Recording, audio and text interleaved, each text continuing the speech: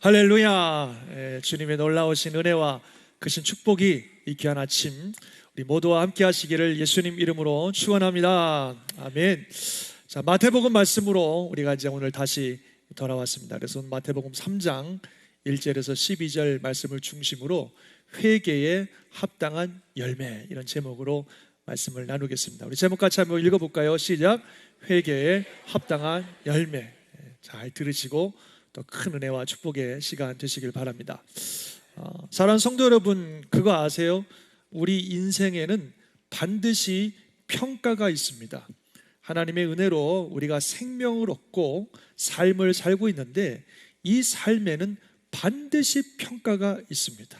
그래서 이 삶을 마치면 우리는 평가를 받게 됩니다. 평가가 있다는 것은 공의로운 것입니다. 평가가 없으면 우리는 그냥 막 살아도 될 겁니다.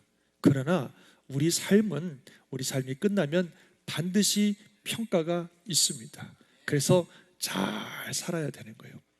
그 평가를 성경에서는 심판이라고 얘기합니다. 그래서 우리가 잘 아시는 히브리서 9장 27절에 보면 한 번 죽는 것은 사람에게 정해진 것이고 그 후에는 평가하신다, 심판이 있다, 이렇게 말씀하고 있는 거예요. 또 전도서에 보면은 하나님은 모든 행위와 모든 은밀한 것까지, 우리가 살았던 모든 삶의 행위와 모든 은밀함까지 선악간에 평가하신다, 심판하신다, 이렇게 말씀하고 있습니다. 그래서 우리 삶에는 분명한 평가가 있습니다. 심판이 있어요. 그래서 오늘 주신 제목처럼 정말 많은 귀한 열매를 맺은 삶을 살았는지 그렇지 않은지 하나님께서 반드시 평가하신다는 겁니다. 어떻게 우리가 살 때에 하나님이 보실 때 참 귀하고 많은 열매들이 맺힌 삶으로 평가해 주시고 또 축복받는 인생이 될지 오늘 말씀을 통해서 한번 같이 생각해보고 또 은혜 받으시기를 주의 이름으로 축원합니다. 아멘. 오늘 얘기는 세례요한 얘기죠. 예수님께서 본격적으로 공생애를 시작하시면서 사역을 시작하기 전에 세례요한이 먼저 등장을 했습니다. 근데 세례요한이 먼저 등장한다는 이 사실은 이미 수백 년 전에 성경에 다 예언이 되어 있어요. 오늘 본문에도 언급이 되고 있지만 이사야 40장에 보면은 외치는 자의 소리여 이르되 너희는 광야에서 여호와의 길을 예비하라, 사막에서 우리 하나님의 대로를 평탄하게 하라. 골짜기마다 도두어지며 산마다 언덕마다 낮아지며 고르지 않은 곳이 평탄하게 되며 험한 곳이 평지가 될 것이요 여호와의 영광이 나타나고 모든 육체가 그것을 함께 보리라. 이는 여호와의 입이 말씀하셨느니라, 이렇게 말씀하고 있어요. 이 말씀은 원래 1차적으로 바벨론의 포로로 잡혀있던 그들이 그 포로에서 해방되어 자기 고국으로 돌아갈 것이라는 것에 대한 하나님의 예언의 말씀입니다. 그런데 이것은 궁극적으로 사탄과 죽음의 권세에 묶여있던 우리들을 하나님께서 완전히 구원시켜 주시고 해방시켜 주실 것이라고 하는 놀라운 하나님의 구원의 역사에 대한 말씀이에요. 그런데 이 말씀에 의하면 그런 놀라운 하나님의 구원의 역사가 이르기 전에 누군가가 나와서 그 길을 예비해 주는 사람이 있을 거라고 말씀하신 거죠. 그게 바로 세례요한. 그 세례요한을 통해서 그 말씀이 이루어진 것입니다. 말라기도 보면 이런 말씀이 있어요. 보라, 여호와의 크고 두려운 날을 이르기 전에 내가 선지자 엘리야를 너에게 보내리니 그가 아버지의 마음을 자녀에게로 돌아가게 하고 자녀들의 마음을 그들의 아버지에게로 돌아가게 하리라. 하나님의 놀라운 역사의 날이 오기 전에 하나님이 엘리야 같은 사람을 보내주신다 그랬어요. 그가 사람들의 마음을 이렇게 바꿔주는 거예요. 아버지의 마음을 자녀에게로, 그래서 흐트러진 마음들을 바꿔주는 일을 한다고 말씀하셨는데 바로 세례요한이 그런 인물이라는 거예요. 그래서 세례요한이 출생하는 것을 기록하고 있는 누가복음에 의하면 세례요한의 출생을 예고한 천사가 뭐라고 말하냐면 그는 바로 세례요한을 말하는데 엘리야의 심령과 능력으로 주 앞에 먼저 와서 아버지의 마음을 자녀에게, 거스르는 자를 의인의 슬개기로 돌아오게 하고 주를 위하여 세운 백성을 어떻게 한다? 준비할 것이다, 이렇게 말씀하셨다는 거죠. 그래서 하나님이 말씀하신 그 엘리야가 바로 이 세례요한인 것입니다. 그래서 주의 놀라운 하나님의 역사의 날이 오기 전에 엘리야 같은 인물이 나타난다고 하시더니 진짜로 세례요한이 딱 등장해서 주님의 오심을 준비하는 놀라운 역사를 이룬 줄 믿습니다. 정말 하나님의 말씀은요 1.1획도 변함없이 온전히 다 이루어지는 그런 말씀인 것을 알게 됩니다. 어쨌든 그 세례 요한이요 이제 주님의 오심을 준비하기 위해서 예수님이 나타나기 전에 먼저 나타나서 이 사역을 하게 되는데, 그럼 어떻게 세례 요한이 예수님의 오심을 준비하느냐 하는 것은 그가 외친 메시지를 들어보면 압니다. 그가 뭐라고 외치냐면 다 같이 한번 읽어볼까요? 시작. 그때에 세례 요한이 이르러 유대 광야에서 전파하여 말하되 회개하라 천국이 가까이 왔느니라 하였으니. 아멘. 그 세례 요한은 어떻게 해서 사람들을 주님을 맞을 준비를 시키느냐 했더니 회개하라는 거예요. 회개하는 것이 주님의 오심을 준비하는 거라고 말씀하고 있습니다. 천국이 가까이 왔느니라 이렇게 말씀하고 있는데, 이 천국은 궁극적으로는 장차 우리가 들어갈 천국을 말하지만, 그리고 이 천국은 하나님의 나라와 하나님의 통치와 하나님의 주권이 이루어지는 그곳을 바로 하나님의 나라 천국이라고 말하는 것입니다. 그래서 이제 곧 하나님이 보내신 그리스도께서 이 땅에 오셔서 하나님의 귀한 뜻을 이룰 것이기 때문에 바로 그것을 천국이라고 그 세례 요한은 일컫고 있는 것입니다. 즉 이제 곧 하나님의 보내신 그리스도께서 오실 것이니 우리는 회개해야 된다 이렇게 말씀하고 있는 거예요. 그래서 예수님의 오심을 준비하는 사람들은 회개하는 것이 주님의 오심을 준비하는 방법이라고 세례 요한은 말하고 있습니다. 이거는 마치 어떤 우리 집에 진짜 너무 귀한 분이 찾아오시는 거랑 마찬가지예요. 막 VVIP 너무 귀한 분이 저희 집에 이렇게 오신다 그러면 뭐 해야 되겠어요? 뭐 하시겠어요? 청소부터 해야 되잖아요. 그렇죠? 집안 그냥 구석구석을 다 정리하고 깨끗하게 하는 것부터 합니다. 그래야 귀한 분을 우리가 맞이할 수 있어요. 집안이 전혀 정리가 되어 있지 않으면 귀한 분을 맞이할 수가 없습니다. 그래서 귀한 분을 맞이하기 위해서는 집안 청소부터 하는 거예요. 마찬가지로 너무나 귀하신 그리스도를 이제는 맞이하게 될 텐데, 그 그리스도를 맞이하기 위해서 청소를 하는 거예요. 삶 가운데, 10년 가운데 더럽고 악한 모든 죄들을 깨끗하게 씻어버리는 회개를 할 때에 그리스도께서 오시는 맞이할 수가 있다는 겁니다. 그분을 만나고 그분을 영접하고 그분이 주시는 은혜를 누리고 그분이 주시는 생명을 얻으려면 반드시 회개해야 된다고 세례 요한은 선포하고 있는 것입니다. 그래서 이 말을 듣는 많은 사람들이 놀랍게도요 세례 요한에게 나와가지고 자기들의 죄를 다 자복하고 회개하고 세례를 받았어요. 얼마나 참 놀라운 일인지 모릅니다. 그런데 그 중에 바리새인들과 사두개인들이 왔어요. 이 바리새인과 사두개인은 누구냐면 당시의 종교적, 정치적 지도자들입니다. 굉장히 경건해 보이고 대단해 보이는 사람들인데, 이들이 세례 요한을 찾아온 것은 자기들도 뭐 죄를 자복하고 세례 받으려고 찾아온 게 아니라, 세례 요한이 막 사람들에게 인기가 있고 사람들이 막 세례 요한을 좋아하니까 이 사람이 어떤 사람인가 보자 이렇게 그냥 감시하려고, 그 자기들의 세를 과시하려고, 그 교만함 가운데 또는 세례 요한을 이렇게 겁주려고 하는 그런 악한 의도를 가지고 찾아온 거죠. 그래서 이들은요 당시 말씀드린 것처럼 당시의 종교적인 지도자로서 겉으로 볼 때는 경건하고 거룩하고 대단해 보이는 사람들이지만, 그들은 실상은 위선적이고 탐욕적이고 세속적이고 그리고 교만한 사람들이에요.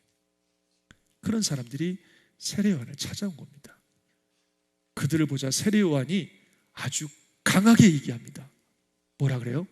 독사의 자식들아, 독사의 자식들아, 누가 너희를 가르쳐 임박한 진노를 피하라 하더냐. 성경에서 독사는 뭘 말해요? 뱀은 뭘 말해요? 사탄. 이 사탄의 자식들아 이렇게 얘기하는 거예요. 그들 사탄의 자식들아, 누가 너희를 가르쳐 임박한 진노를 피하라고 하더냐. 너희들에게 진노가 임박했는데 너희들은 피할 수 없을 것이다. 이 사탄의 자식들아. 와, 정말 강하게 얘기하는 겁니다. 목숨 걸고 하는 얘기예요. 왜냐하면 그들을 회개하게 하고 싶어서, 어떻게든지 그들이 자기들의 실상을 좀 깨닫고 회개하게 하고 싶어서 아주 사도 요한, 세례 요한이 강하게 얘기하는 거예요. 사탄의 자식들아, 너희들에게는 진노가 임박해 있다 이렇게 얘기하는 거죠. 그래서 계속해서 세례 요한이 하는 말을 보면 정말 그들이 회개하기를 원해요. 그가 말하기를 한번 같이 읽어봅시다. 시작. 그러므로 회개에 합당한 열매를 맺고 속으로 아브라함이 우리 조상이라고 생각하지 말라. 내가 너에게 이르노니 하나님이 능히 이 돌들로도 아브라함의 자손이 되게 하시리라. 아멘. 이렇게 해서 이 말씀을 들어보면 그들의 문제가 뭔지, 하나님이 정말 그들이 어떻게 하길 원하시는지를 너무나 분명히 알 수 있어요. 말씀드린 것처럼 그들은 종교 지도자들로서 우리는 경건하고 대단한 사람이라고 여겼고, 특별히 우리 조상이 아브라함이다 이런 말은 우리는 혈통적으로 유대인들이고 할례받은 사람들이기 때문에 우리는 아무 문제 없다 이렇게 얘기하는 거예요. 심지어는 유대인들이 뭐라고 말하냐면 할례받은 사람 중에 지옥 갈 사람은 아무도 없다 이렇게 가르쳤어요. 혈통적으로 유대인이고 할례받으면 다 자연스럽게 하나님의 자녀가 되고 천국 가는 거라고 생각하고 있었습니다. 근데 세례 요한이 얘기하는 거예요. 그게 아니라는 거죠. 너희들이 아브라함의 혈통이라 그래서, 너희들이 할례를 받았다고 해서 자동적으로 하나님의 자녀가 되고 천국 가는 게 아니다. 회개하고 이제 곧 오실 예수 그리스도를 우리의 삶으로 모셔드릴 때에, 그럴 때 하나님의 은혜로 생명을 얻고 구원받고 하나님의 자녀가 되는 것이지, 혈통적으로 유대인의 혈통이라고 할례 받았다고 자동적으로 되는 건 아니라고 그들에게 이야기하는 것입니다. 근데 여러분, 그래서 중요한 게 하나 있는데, 이 세례 요한의 이 사건을 누가복음에서 똑같이 기록하고 있는데요, 누가복음에 보면 이 말, 독사의 자식들아 회개에 합당한 열매를 맺어라 하는 이 말을 바리새인들과 사두개인들에게만 한 게 아니라 그를 찾아온 무리들에게 했다고 말하고 있어요. 누가복음에 의하면 세례 받으러 나오는 무리들에게 말하기를, 자기에게 세례 받으러 오는 크라우드, 그 군중들에게 얘기하기를 독사의 자식들아 누가 너에게 일러 장차올 진노를 피하라 하더냐. 그러므로 회개에 합당한 열매를 맺고 속으로 아브라함이 우리 조상이라고 말하지 말라. 물론 가장 심한 사람들은 바리새인들과 사두개인들이겠지만 이 말은 그들에게만 해당되는 말이 아니라 모든 사람들에게 해당되는 말이라는 거예요. 모든 무리들에게 회개에 합당한 열매를 맺고 속으로 아브라함이 우리 조상이라고 말하지 말라. 우리에게 우리 말로 하면은 당신들이 속으로 나는 우리 부모님부터 교회 다녔어, 나는 어머니 뱃속에서부터 교회 다녔어, 나는 교회를 한 번도 빠진 적이 없어, 내가 그래도 집사야, 내가 그래도 권사야, 내가 그래도 장로야, 내가 그래도 목사야, 나는 괜찮아, 이렇게 말하지 말라는 거예요. 회개에 합당한 열매를 맺어야 된다는 거죠. 말로만의 회개가 아니라 진정한 회개가 있어야 되고, 그 회개에 합당한 열매를 맺을 때, 그럴 때 그리스도의 은혜가 임하시는 것이 그냥 자동적으로 되는 게 아니라는 겁니다. 그래서 이 세례 요한은 진정한 회개는 회개에 합당한 열매가 있어야 된다고 말씀하고 있는 것입니다. 아멘 하시기 바랍니다. 그래서 우리가 주님을 만나고 그 주님의 은혜를 받아서 구원받고 생명을 얻고 복을 받으려면 반드시 회개해야 되는데, 그 회개는 반드시 회개에 합당한 열매가 있어야 되는 겁니다. 전에 한번 말씀드린 것 같은데, 회개는 그래서 머리에서 입으로, 입에서 마음으로, 마음에서 손과 발로 이어진다 말씀드렸습니다. 기억나십니까? 기억나시는 분 한번 끄덕끄덕 한번 해보시죠. 머리에서 뭐라고요? 머리에서 입으로, 입에서 마음으로, 마음에서 손과 발로. 일단 머리로 인정해야 돼요. 사람들이 뭐라고 말하든 세상이 뭐라고 말하든 하나님의 말씀을 기준으로 해서 하나님이 죄라고 하는 것을 죄로 인정해야 돼요. 그렇다라고, 맞습니다, 하나님 말씀이 맞습니다, 이건 죄입니다라고 내가 인정해야 돼요. 아이고 다른 사람 다 그렇게 살아요, 그까짓 게 뭐 죄입니까? 이러면 그런 회개가 안 되는 거고, 일단 회개는 그게 죄라는 사실을 인정해야 돼요. 그리고 그 인정한 걸 어떻게 해야 돼요? 입으로 고백해야 돼요. 우리가 우리 죄를 자백하면 그는 미쁘심으로 사. 내 입으로 내가 그런 죄를 지었다고, 나는 죄인이라고 입으로 자백해야 돼요. 그리고 입으로 자백할 뿐만 아니라 마음으로 그것을 아파해야 돼요.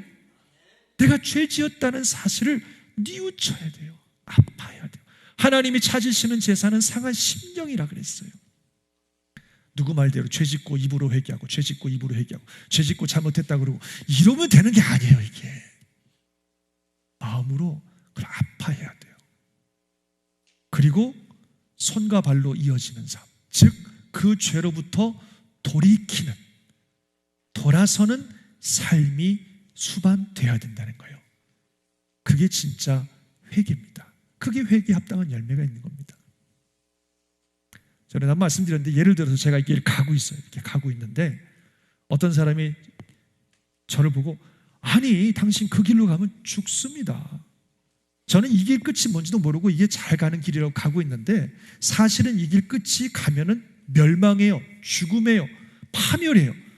그 잘 모르고 가고 있는데 어떤 분이 저한테 오셔서, 아유 당신 그리로 가면 죽어요, 큰일 나요, 그리 가시면 안 됩니다, 이렇게 저한테 말씀해 주셨어요.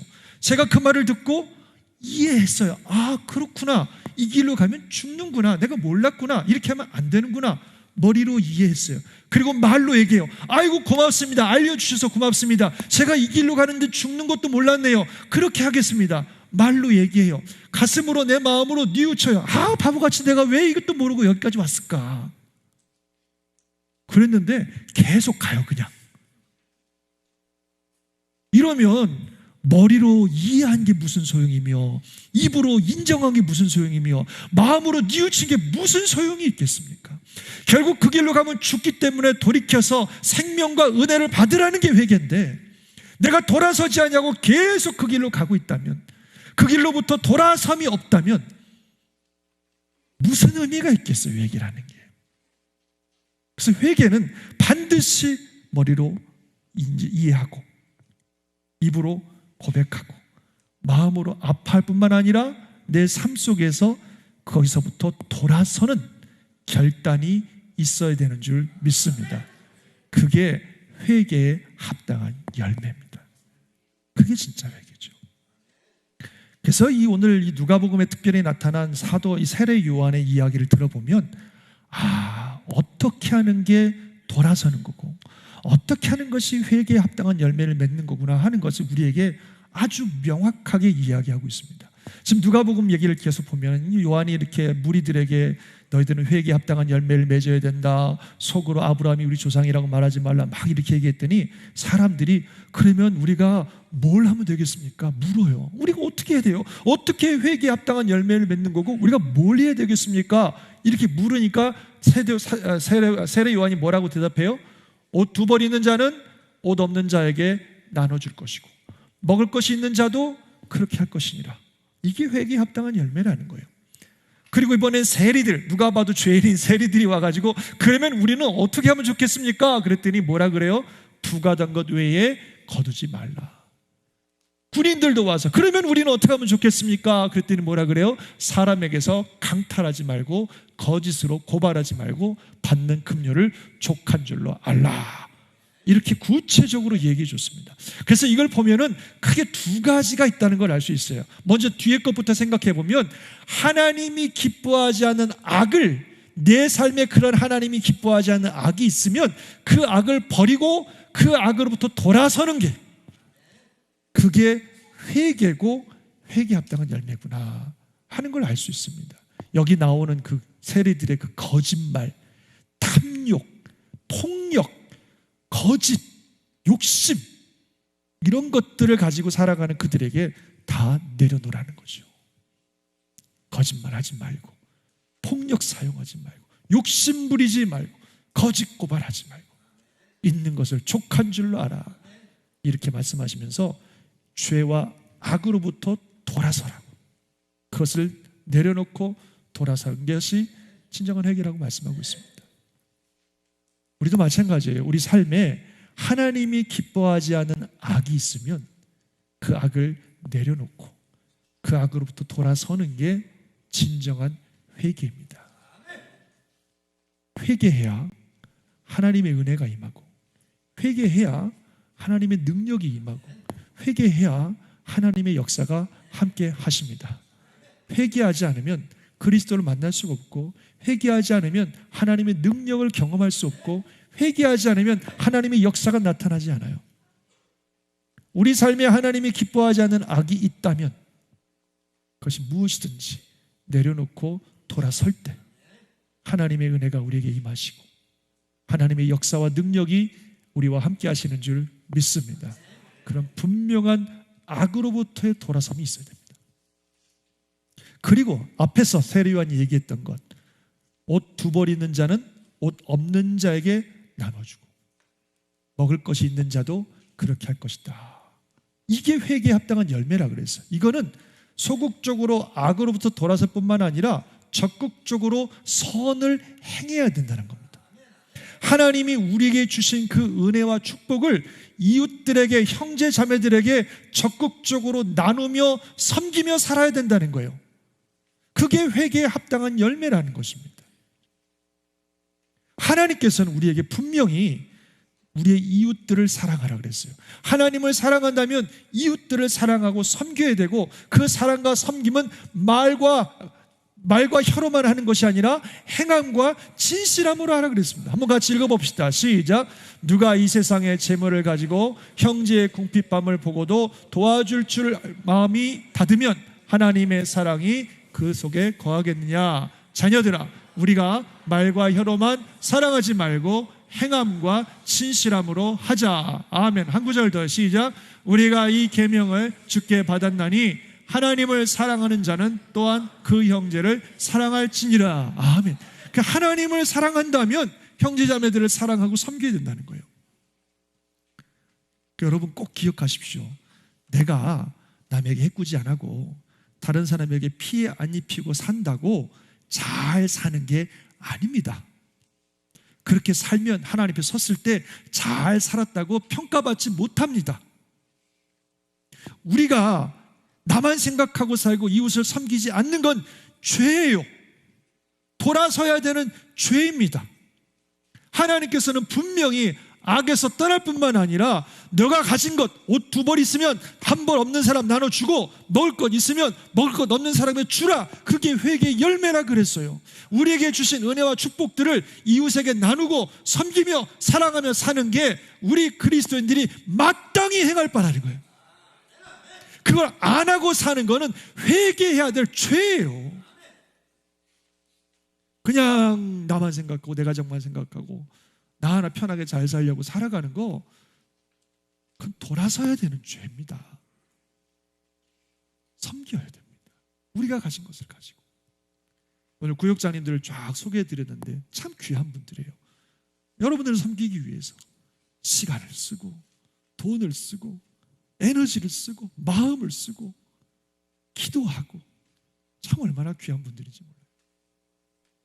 여러분 다 그렇게 하셔야 돼요. 우리 교회 성도님들은 전부 다 이웃을 섬기고 영혼을 섬기며 살아가야 됩니다. 왜냐하면 그게 마땅한 바이니까. 그래서 악으로부터, 하나님이 기뻐하지 않는 악으로부터 떠나고 우리에게 주신 은혜와 사랑을 주변 사람들에게 나누며 사는 것, 이게 회개에 합당한 열매입니다. 진정한 회개에 이룰 수 있기를 주의 이름으로 축원합니다. 아유, 다음에 하지요 뭐, 지금 바쁘니까. 그럴 게 아니에요. 나중으로 미룰 수 있는 게 아닙니다. 그 다음에 세례요한이 뭐라 그랬냐면, 이미 도끼가 나무 뿌리에 놓였으니 좋은 열매를 맺지 아니한 나무마다 찍혀 불에 던져지리라. 이미라는 것은 even now, 영어로 지금 이미 도끼가 여기 와 있어요. 이게 언제 찍을지 모른다는 거예요. 우리가 뭐 오늘이 내일이 보장되어 있지 않아요. 하나님께서 이 도끼를 언제 찍으실지 모른다는 거예요. 그래서 우리 인생이 언제 끝날지 모르는데 열매 맺지 않은 인생은 불에 던져버린다 그랬어요. 내일로 미루고 내년으로 미룰 게 아니에요. 지금 그건 내일과 내년은 우리의 해가 아니에요. 이미 도끼가 나무에게 놓여져 있고 그것이 언제 우리 인생을 칠지는 아무도 모르는 겁니다. 바로 지금. 그래도 기회 있을 때, 은혜 주실 때 하나님이 원하시는 이런 삶으로 전환하는 회개에 합당한 열매를 맺어야 되는 줄 믿습니다. 그래서 세례요한은 계속해서 얘기하죠. 내가 너희로 회개하기 위하여 물로 세례를 베풀거니와 내 뒤에 오시는 이는 나보다 능력이 많으시니 나는 그의 신을 들기도 감당하지 못하겠노라. 그는 뭘로요? 성령과 불로 너희에게 세례를 베푸실 것이라. 나는 그 예수님이 오심을 준비하기 위해서 회개하라고 물로 세례를 베풀지만 그분이 오시면 놀라운 은혜를 주실 것이고 그 은혜가 성령과 불로 우리를 변화시키고 놀라운 능력이 나타날 것이라고 말씀하고 있습니다. 우리가 회개하고 돌이켜서 예수 그리스도를 영접할 때에 그의 능력이, 그의 은혜가 우리와 함께 하실 줄 믿습니다.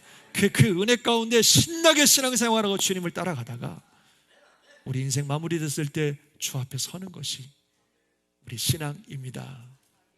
사랑하는 성도 여러분, 우리 인생 반드시 평가받습니다. 앞에 말씀드린 것처럼 그냥 이렇게 살다가 끝나면 끝나는 게 아니에요. 반드시 평가받습니다.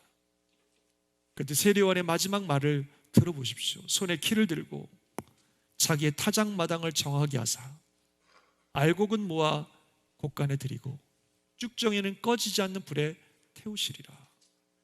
하나님이 우리 인생을 평가하실 때 알곡으로 평가하실까요? 쭉정이라고 평가하실까요? 하나님이 기뻐하는 열매를 맺은 삶은 알곡이라고 말씀하실 것이고 모아 천국 곳간에 들여 영광을 누리게 하실 것이지만 우리 인생을 바라보며 쭉정이라고 평가하시면 불에 던짐을 받는다고 말씀하고 계십니다. 바라옵기는 저와 여러분 모두가 정말 하나님이 기뻐하시는 회개에 합당한 열매를 맺으면서 우리 주님을 바라보시고 주의 은혜 안에서 새롭게 하시고 부흥케 하시고 능력 있게 하시는 그 놀라운 은혜를 누리며 살아갈 수 있기를 주의 이름으로 축원합니다. 우리 교회가 성령의 역사 속에 성령의 교회 또는 능력의 교회, 증인된 교회라고 하는 비전을 가지고 이 안에 달려가는데 그 하나님의 능력이 임하시려면 반드시 회개해야 됩니다.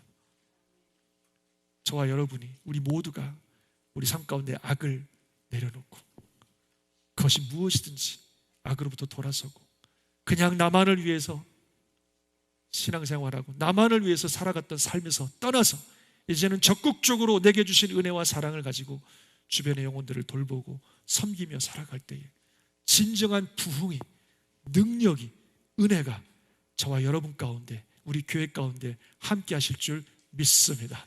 그 은혜 누리시기를 주의 이름으로 축원합니다. 기도하겠습니다.